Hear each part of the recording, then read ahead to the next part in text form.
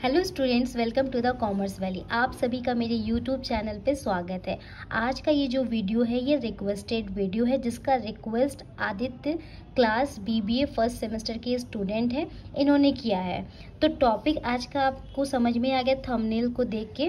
PPC means production possibility curve. इसको समझने के लिए आपको मेरे साथ वीडियो के अंत तक बने रहना, तब आप इसको बहुत अच्छे से समझ पाएंगे, ठीक है। और ये टॉपिक देखिए आपके बीकॉम में भी रहता है, बीबीए में भी रहता है, और ऑब्वियसली क्लास 11 में आपका तो ये टॉपिक है ही, तो ये बहुत इंपॉर्टेंट है, ठीक। तो सबसे पहले हम इसके मीनिंग को समझ लेते कि ये आखिर होता क्या प्रोडक्शन पॉसिबिलिटी कर्व। तो यहाँ पे प्रोडक्शन जब एक प्रोड्यूसर करता है ना, तो वो एक पॉसिबिलिटी अपना बनाता है, कॉम्बिनेशन बनाता है कि अगर उसको 2 गुड्स का प्रोडक्शन करना है तो वो किस तरीके से लिमिटेड रिसोर्स में प्रोडक्शन करेगा, वो अपना एक कॉम्बिनेशन बनाता है। उसी को हम लोग बोलते हैं पीपीसी या production possibility curve. Production possibility curve is a curve showing alternative production possibility of 2 goods. तो यहाँ पे 2 गुड्स के कॉम्बिनेशन को हम लोग लेते हैं with the given resources and technique of production. तो आपके पास जो रिसोर्स है, जो टेक्निक है, उसके अंदर में रह के आपको 2 गुड्स के प्रोडक्शन पॉसिबिलिटी कर्व्स बनाने होते हैं, ठीक है।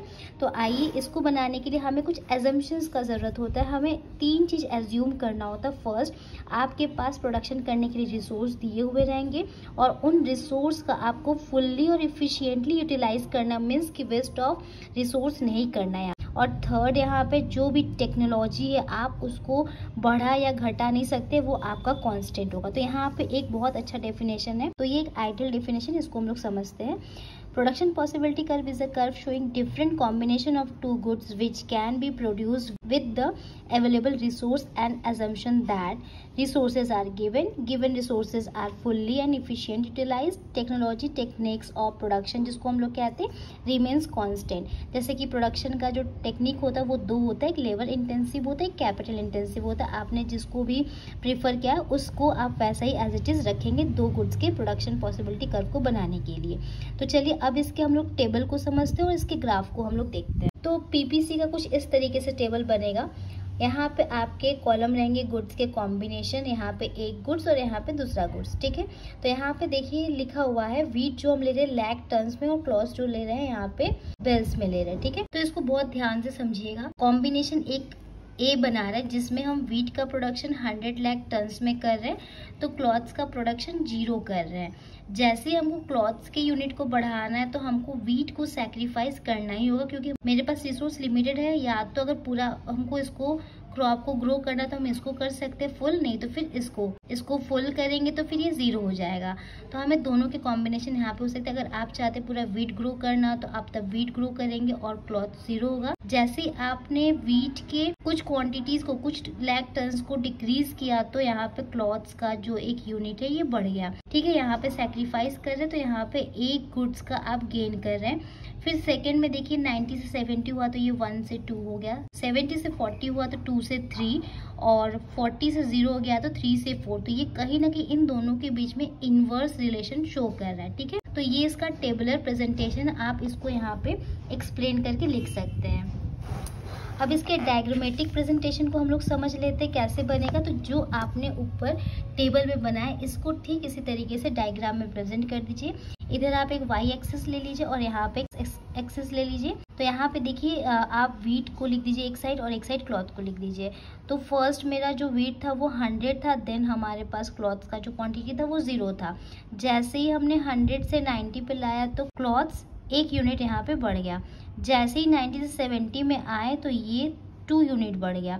फिर 70 से 40 में आए तो ये 3 हो गया, और 40 से 0 पे आ गए तो ये 4 हो गया। तो इस तरीके से हम यहाँ पे डॉट बना लेंगे। यहाँ पे अपने पास 4 डॉट बनेंगे, तो इसको हम ऐसे मिला देंगे, इसको बोल देंगे पीपीसी, जिसको हम लोग प्रोडक्शन पॉसिबिलिटी कर्व कहते हैं। इसका अदर नेम ट्रांसफॉर्मेशन कर्व या प्रोडक्शन पॉसिबिलिटी फ्रंटियर भी इसका नाम है, ठीक है। अब इसके बाहर अगर हम कोई प्रोडक्शन करना चाहते तो ये मेरे लिए क्या हो जाएगा, अनअटेनेबल कॉम्बिनेशन ऑफ आउटपुट। ये हम नहीं कर सकते। जो भी हमें प्रोडक्शन करना है इसके अंदर ही रह के करना है। अगर आपका इस लाइन के अंदर कोई प्रोडक्शन का पॉइंट बन रहा है तो वहाँ पे आपका ये दिख रहा है कि आपने रिसोर्स का फुल्ली यूटिलाइजेशन नहीं किया है, और जब इस लाइन पे बनाया तो इसका मतलब आपने गिवन रिसोर्स का फुल्ली यूटिलाइजेशन कर लिया। अब इसके कैरेक्टरिस्टिक्स के बारे में भी हम लोग जान लेते हैं। फर्स्ट कैरेक्टरिस्टिक्स क्या होगा, पीपीसी स्लोप डाउनवर्ड्स। ये चीज आप ध्यान रखिएगा एक पॉइंट, कि जब भी दो कॉम्बिनेशन के बीच में या दो कॉमोडिटी, दो गुड्स के बीच में इनवर्स रिलेशन होता है तो उसका कर्व ऑलवेज डाउनवर्ड बनता है। तो देखिए यहाँ पे इसका कर्व यहाँ पे डाउनवर्ड बना हुआ है, ठीक है। फिर यहाँ पे सेकेंड थिंग्स क्या है, PPC is concave to the point of origin. Means कि ये जो बन रहा है ये कॉनकेव है, कॉन्वेक्स नहीं है। कॉन्वेक्स कुछ ऐसा होता है, ये जैसे ईद का चांद होता है ना वैसा होता है, लेकिन ये आपका कुछ ऐसा बना हुआ है, ठीक है। तो इसके दो कैरेक्टरिस्टिक्स यहाँ पे हो गए। नेक्स्ट टॉपिक अब है MRT, जिसको मार्जिनल रेट ऑफ ट्रांसफॉर्मेशन कहते हैं। ये क्या होता है, अभी जो हम लोगों ने पीपीसी पढ़ा ना, उसमें एक कमोडिटी का आपको सैक्रिफाइस करना पड़ता है दूसरे कमोडिटी को गेन करने के लिए, तो उसी के रेशियो को हम लोग जो प्रेजेंट करते हैं उसी को MRT कहते हैं। इसका डेफिनेशन हम लोग देख लेते हैं। MRT is the ratio of the number of unit of commodity sacrificed to gain an additional unit of another commodity। इसका मतलब कि हमें एक गुड्स के एडिशनल यूनिट को गेन करने के लिए हमें एक गुड्स को सैक्रिफाइस करना है। ये जो सैक्रिफाइस कर रहे एक को गेन करने के लिए, इसको हम जब रेशियो में दिखाते तो यही हमारा MRT बन जाता है। तो यहाँ पे लिखेंगे डेल्टा। डेल्टा मतलब होता है change in unit sacrificed, change in unit gain. Possibility curve में क्या था, वीट को हम लोग सैक्रिफाइस कर रहे थे, पहले 100 था, 100 से 90 हो गया। क्लॉथ्स को हम लोग गेन कर रहे थे, वो 0 से 1 हो गया था। तो यहाँ पे आप 10 लिखिएगा और यहाँ पे 1 लिखिएगा, ठीक है। MRT measures the slope of production possibility frontier, means PPC भी इसको कहते हैं। तो इसको हम लोग मेजर भी करते हैं, ठीक है। और अटेनेबल अनअटेनेबल क्या होता है, एक ऐसा एरिया जहाँ पे हम चीज़ों को अचीव कर सकते हैं, प्रोडक्शन कर सकते हैं, उसको अटेनेबल कहते हैं। जैसे कि जो हमारे पास पीपीसी बना था ना, ये पीपीसी, तो ये जो ये है इसके अंदर का होता है अटेनेबल, ये इसमें अटेनेबल होता है, और इसके बाहर अगर बनता है तो उसको हम लोग बोलेंगे अनअटेनेबल, ठीक है। आई होप स्टूडेंट्स आज का वीडियो आपको समझ में आया होगा।